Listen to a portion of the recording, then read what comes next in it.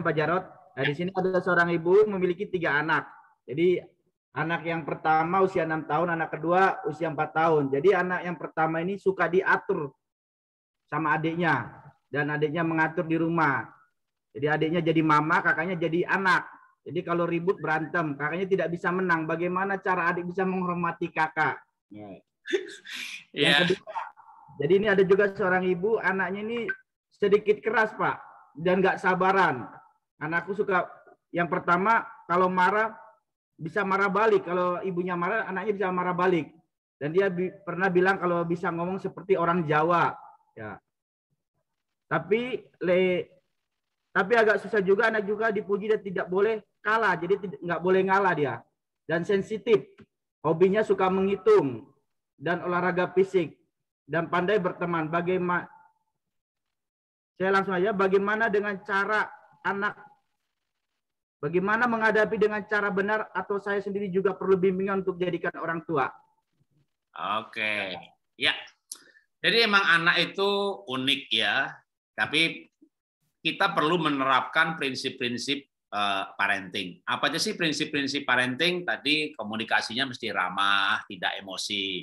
Lalu prinsip apa lagi? Jadi anak tuh harus adil, ya, keadilan. Nah, lalu kita perlu juga tentunya mendidik anak itu, misalnya anak nomor 2 terlalu dominan, bahkan ngatur anak kakaknya. Sekali lagi ya, gini, mungkin memang yang nomor 2 ini misalnya tipenya tipe leadership-nya kuat, ya, atau tipe kolerik namanya gitu ya, dominan, jadi suka ngatur. Nah, coba dilihat, apakah kakaknya menderita dengan perilaku adiknya itu.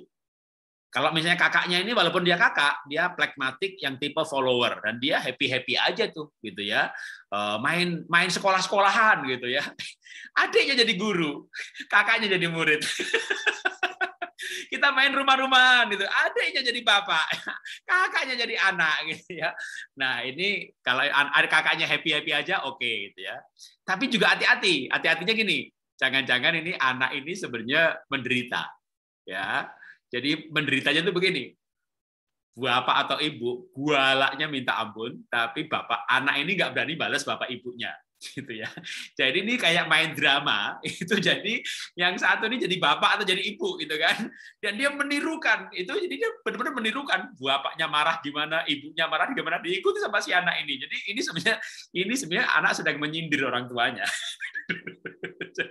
Yuk main bapak-bapakan, main ibu-ibuan gitu. Kamu jadi anak ya gitu. Makanya jadi anak jangan begitu. Ini gaya bapak ibunya marah diikuti, plak caranya, intonasinya diikuti. Nah, itu dia. Kalau dia main, atau dia ini bisa juga kadang bukan main orang tuaan gitu ya. Anak stres ya. Kenapa? Gurunya gualaknya minta ampun. Akhirnya cara menghibur diri gimana? Supaya nggak stres. Ya main sekolah-sekolahan, lalu siapa yang pandai main drama ya pura-pura jadi gurunya. Suara marahnya, mimiknya, gerak tangannya diikuti gitu. Lalu yang jadi muridnya ketawa-ketawa gitu. Jadi kalau misalnya adiknya main orang tuaan gitu ya, adiknya yang jadi mamah dari papa gitu ya. Wah, gualak ngamuk gitu. Lalu yang si kakak jadi anak gitu. Tapi habis main terus mereka berdua ketawa-ketawa. Oh, itu berarti anak dua-duanya stres itu. Tapi cara melampiaskan stresnya, orang tua yang gualak diikuti. Nanti kakaknya bilang persis kayak papa banget ya gitu. Jangan buat dulu. Itu menurut saya itu emang orang tuanya yang harus bertobat itu ya. Supaya kalau mau memperagain gitu loh ya, peragain deh mesranya orang tua gitu ya. Papa mama mesra gitu ya, atau papa mama nih berbuat baik, nolong. Jadi kadang-kadang puncak kesetresan itu pelampiasannya macam-macam. Tapi ini termasuk pelampiasan yang kreatif gitu ya, main drama-dramaan. Ini banyak anak-anak seperti itu gitu ya, namanya main drama-dramaan gitu ya. Itu ya asal jangan di rumah, nanti ada yang bilang kalau anak saya itu main guru-guruan. Yang lain jadi murid, yang satu jadi guru gitu. Nah, udah lihat aja gurunya kayak apa yang diperagain gitu ya. Wah, gurunya bencak-bencak, ngamuk, sumpah serapah. Lapor ke yayasan. Guru siapa itu yang diperagain begitu gitu ya. Jadi ini namanya pelampiasan emosi yang kreatif. Tapi menurut saya di sini kita harus belajar ya. Waktu anak memperagakan si ibu atau si bapak, apa yang dia peragakan itu berarti yang dia rekam. Ya, dia rekam dengan kuat sampai intonasinya, mimiknya, mukanya, dia memperagainya persis banget. Habis meragain ketawa-ketawa lagi. Waduh, ya. Itu berarti orang tua yang bertobat. Tapi kalau habis meragain tuh anaknya nomor 2, yang nomor 1 ini menderita, gitu ya, nggak ketawa-ketawa, gitu ya. Jadi kalau ketawa-ketawa itu mereka sebenarnya pelampiasan penderitaan, gitu ya. Ini orang tua yang bertobat. Tapi kalau kakaknya curhat, Ma, adik tuh begini-begini, aku disuruh jadi anak, dia kayaknya menderita melakukan hal itu. Ya, ini ya dinasehati aja, gitu ya. Lain kali jangan mainnya gitu dong, gantian. Jadi kakak jadi ganti yang orang tua atau guru, kamu jadi murid ya, gitu. Itu berarti si kakaknya menderita. Tapi kalau mereka setelah bermain seperti itu keduanya ketawa-ketawa, berarti mereka memang dua-duanya sedang menderita.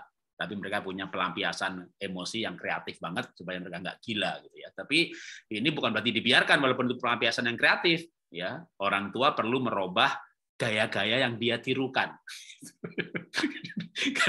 Gaya-gaya yang dia tirukan supaya yang dia rekam itu bukan yang itu, gitu ya. Karena kalau direkam itu pasti udah di hati ini udah sampai berkali-kali nempel banget, sehingga orang tua perlu memberikan rekaman yang lain kepada anaknya untuk diingat, ya.